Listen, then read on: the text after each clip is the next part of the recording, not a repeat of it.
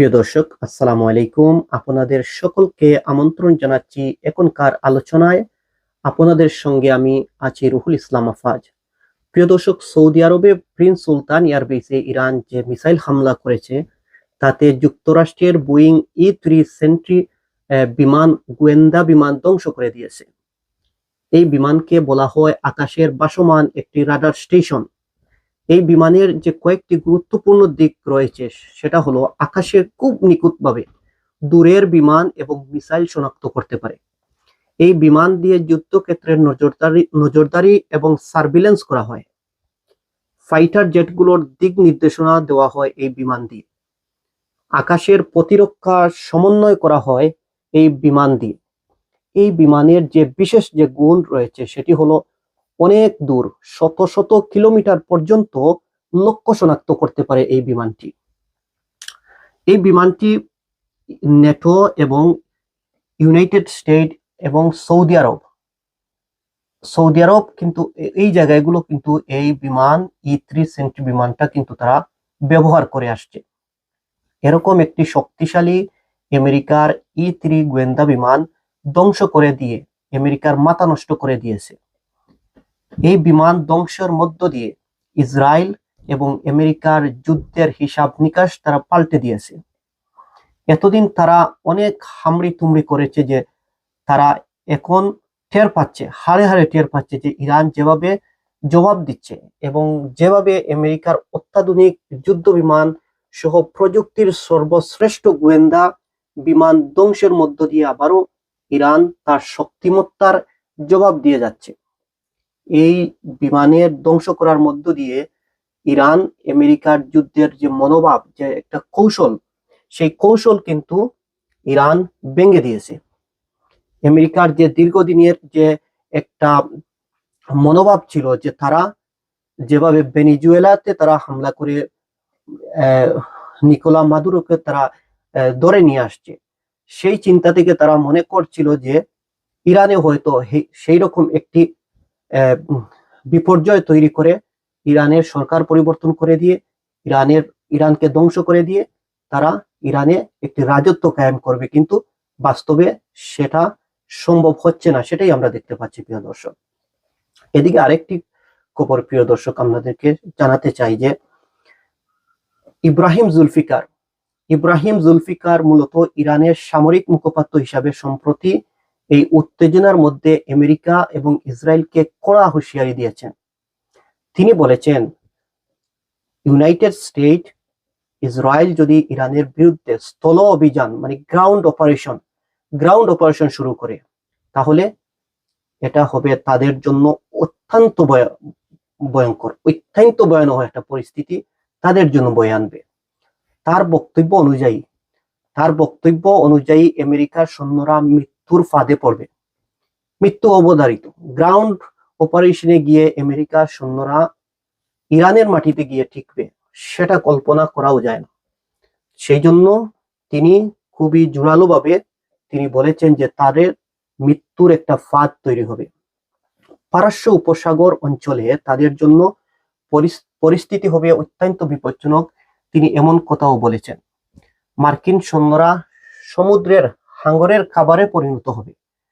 তিনি খুব জোর দিয়ে বলেছেন, যদি আমেরিকান সৈন্য, যদি ইসরায়েলের সৈন্য যদি ইরানের গ্রাউন্ড অপারেশনে যায়, স্থল অভিযানে যায়, তাহলে তাদের অবস্থা এমন পর্যায়ে হবে যে হাঙ্গরের খাবারে পরিণত হবে। এরকম তিনি হুঁশিয়ারি দিয়েছেন। প্রিয় দর্শক, মূল আলোচনায় যাবার আগে যে দুটি বিষয় জানিয়ে রাখলাম, যদি আমার আলোচনা ভালো লাগে তাহলে এই চ্যানেলটি সাবস্ক্রাইব করবেন, কমেন্ট করবেন, শেয়ার করবেন এবং আমার সাথে থাকবেন। তাহলে মূল আলোচনায় চলে যাই প্রিয় দর্শক। প্রথমে যে বিমানের কথা বলছিলাম, যে E-3 সেন্ট্রি বিমান, এই বিমান এতই দামি যে এই বিমান এতই দামি, এর গুরুত্বপূর্ণ যেটিকে বলা হয় আকাশের চোখ, এই বিমানটির দাম প্রায় 40 মিলিয়ন মার্কিন ডলার। 40 মিলিয়ন মার্কিন ডলার, আমি আবার রিপিট করছি প্রিয় দর্শক। বিমানটি কিন্তু নেটো এবং মার্কিন বাহিনীতে ব্যবহার করা হয়। এই বিমান দিয়ে অন্য বিমান এবং ক্ষেপণাস্ত্র কোথায় আছে সেটা শনাক্ত করতে পারে। এই বিমানের যে রাডার সিস্টেম রয়েছে সেটা লক্ষ্য শনাক্ত করতে পারে, এবং এই বিমানের উপরে যে রাডারটি আপনারা দেখতে পাচ্ছেন, যে কালো একটি রাডার, সেই রাডারের কাজ হলো মূলত স্থল শনাক্ত করা, স্থল লক্ষ্য, যে গ্রাউন্ড মুভিং টার্গেট ইন্ডিকেট, যেটাকে বলা হয় GMTI, মানে স্থল লক্ষ্য শনাক্ত করতে পারে। আরেকটি এর গুরুত্বপূর্ণ কাজ রয়েছে যে আইডেন্টিফিকেশন ফ্রেন্ডস অর ফো, যেটাকে বলা হয় IFF, মানে বন্ধু ও শত্রু চিহ্নিত করতে পারে, মানে কোনটা রিয়েল এবং কোনটা ফেক। এই বিমান দিয়ে, এই গোয়েন্দা বিমান দিয়ে কিন্তু সেটা তারা এই বিমানের মাধ্যমে শনাক্ত করতে পারে। এই জন্য এটার গুরুত্ব অনেক বেশি। তাহলে আপনারা বুঝতে পারছেন যে এই বিমান যুদ্ধক্ষেত্রের জন্য কতটুকু গুরুত্বপূর্ণ ভূমিকা রাখে, এবং সেই বিমান ইরান ধ্বংস করে দিয়েছে। সেই বিমান, এই যে বিমান ধ্বংস করে দিয়েছে ইরান এই বিমান ধ্বংস করে দিয়ে মূলত আমেরিকাকে যে একটা মেসেজ দিতে পারছে যে তাদের সেই সক্ষমতা রয়েছে। আমেরিকার যত ধরনের সুপার পাওয়ার গোয়েন্দা বিমান হোক না কেন, যত ধরনের শক্তিশালী ড্রোন হোক না কেন, সেই ড্রোনগুলো, সেই বিমানগুলো ইরান খুব সফলভাবে তাদের ক্ষেপণাস্ত্র হামলা দিয়ে, তাদের মিসাইল হামলা দিয়ে সেটা ধ্বংস করতে পারে, এবং সেটা আমেরিকাকে দেখিয়ে দিয়েছে। প্রিয় দর্শক, আরেকটি বিষয় আপনাদেরকে জানিয়ে রাখতে চাই যে সম্প্রতি ডোনাল্ড ট্রাম্প যে কার্ক দ্বীপের দখল নেওয়ার কথা যে তিনি বলেছেন, যে কার্ক আইল্যান্ড, কিন্তু এটা কিন্তু খুব ছোট্ট একটি জায়গা। সেটাকে ইরানের অর্থনীতির হৃৎপিণ্ড বলা হয় সেই দ্বীপকে। এই দ্বীপ এই জন্য বললাম হৃৎপিণ্ড, কারণ এই দ্বীপ দিয়ে প্রতিদিন প্রায় 15 থেকে 25 লাখ ব্যারেল এই দ্বীপ দিয়ে রপ্তানি হয়। সুতরাং এই জন্য এটা ইরানের কাছে অত্যন্ত গুরুত্বপূর্ণ।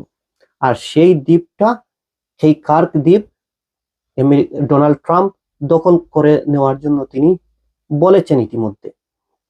ইরানের মোট তেল রপ্তানির প্রায় 80 থেকে 90% এই জায়গা দিয়ে যায়।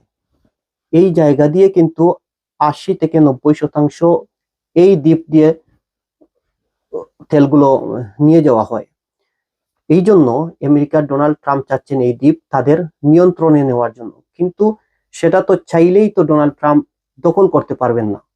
এই দ্বীপ দিয়েই বিশ্বের বৃহৎ দেশগুলোর তেল নেওয়া হয়। সবচেয়ে বেশি যে এই দ্বীপ দিয়ে, কার্ক দ্বীপ দিয়ে যে তেলগুলো নেওয়া হয়, সেগুলোর মধ্যে সবচেয়ে বেশি ক্রেতা রয়েছেন সেই দেশটি হলো চীন। চীনের পরে ভারত কিন্তু সেই দ্বীপ দিয়ে তেল নিয়ে যায়। তারপর যদি দক্ষিণ কোরিয়াও কিন্তু সেই দ্বীপ দিয়ে তেল নিয়ে যায়, দক্ষিণ কোরিয়া। তারপর আছে জাপান, তুরস্ক, ইউরোপের অনেক দেশ কিন্তু এই দ্বীপ দিয়ে। সুতরাং এই দ্বীপের গুরুত্ব অত্যন্ত বেশি, এবং সেই দ্বীপ যদি আমেরিকা দখল নিয়ে নিতে পারে, তাহলে ইরানকে অর্থনৈতিক দিক দিয়ে কিন্তু তারা কাবু করে ফেলবে। অর্থনৈতিক দিক দিয়ে কিন্তু তারা ইরানকে তাদের মুঠের ভিতরে নিয়ে আসবে। সেই জন্য এই দ্বীপটি ডোনাল্ড ট্রাম্প চাচ্ছেন সেটি দখল করে নিতে, কিন্তু বাস্তবে সেই দ্বীপটি দখল করে নেওয়া আমেরিকা এবং ইসরায়েলের জন্য একটি কঠিন চ্যালেঞ্জ হবে।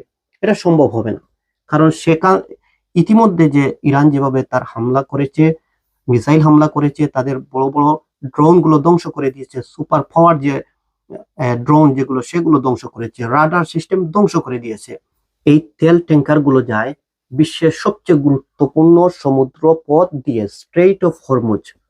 বিশ্বের প্রায় 20% তেল এই পথ দিয়ে যায়। এই দ্বীপ যদি আমেরিকা নিয়ে নেয়, তাহলে যে সমস্যা যেটা হবে, সেই সমস্যা হবে ইরানের তেল রপ্তানি বন্ধ হয়ে যাবে।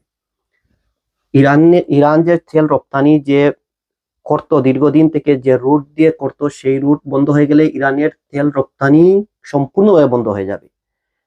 যার ফলে কি হবে, যার ফলে বিশ্ববাজারে তেলের দাম বেড়েই যাবে। অলরেডি এই তেলের দাম কিন্তু বিশ্ববাজারে বেড়েই গেছে, সুতরাং তেলের দামগুলো বেড়ে যাবে। তারপর এই যে গোটা বিশ্ব কিন্তু, এক কথায় গোটা বিশ্ব অচল হয়ে যাবে। তেলের জন্য বিশ্ব একটা হাহাকার করবে। এই জন্য এই দ্বীপ নিয়ে যে কথাটি বলতে চাই, যে কার্ক দ্বীপটা ছোট হতে পারে, কিন্তু এর গুরুত্ব বিশাল, এর গুরুত্ব অপরিসীম। এটা দখল করা মানেই হলো কি, এটা দখল করা মানেই একটি দ্বীপ না, একটি অর্থনীতির উপর নিয়ন্ত্রণ নিয়ে নেওয়া, অর্থনীতির উপর কিন্তু নিয়ন্ত্রণ নিয়ে নেওয়া। প্রিয় দর্শক, এই কার্ক দ্বীপ ছোট কিন্তু এর গুরুত্ব বিশাল। এটা দখল মানে শুধু একটি দ্বীপ না, বিশ্ব অর্থনীতির উপর একটি নিয়ন্ত্রণের চেষ্টা। কিন্তু এই দ্বীপের নিয়ন্ত্রণ যদি আমেরিকা, ডোনাল্ড ট্রাম্প খুব সহজে নিয়ে নিবে, সেটা কিন্তু ভাবার কোনো কারণ নেই। ইতিমধ্যেই ইরান যেভাবে তার মিসাইল হামলা করেছে, যেভাবে ড্রোন হামলা করে আমেরিকার অত্যাধুনিক রাডার, অত্যাধুনিক গোয়েন্দা বিমান যেভাবে ধ্বংস করে দিয়েছে, তাতে এটা ভাবার কোনো কারণ নেই যে এই কার্ক দ্বীপ ডোনাল্ড ট্রাম্প, ইসরায়েল, আমেরিকা খুব সহজে দখল করতে পারবে। এটা ভাববার কোনো কারণ নেই। সুতরাং আমরা এটা মোটামুটি নিশ্চিত হতে পারছি যে এই দ্বীপ দখল করতে যদি আমেরিকার সৈন্য মোতায়েন করা হয়, যদি যুদ্ধ জাহাজ পাঠানো হয়, তাহলে সেটার জন্য আমেরিকাকে, ইসরায়েলকে কঠিন একটা মাশুল গুনতে হবে।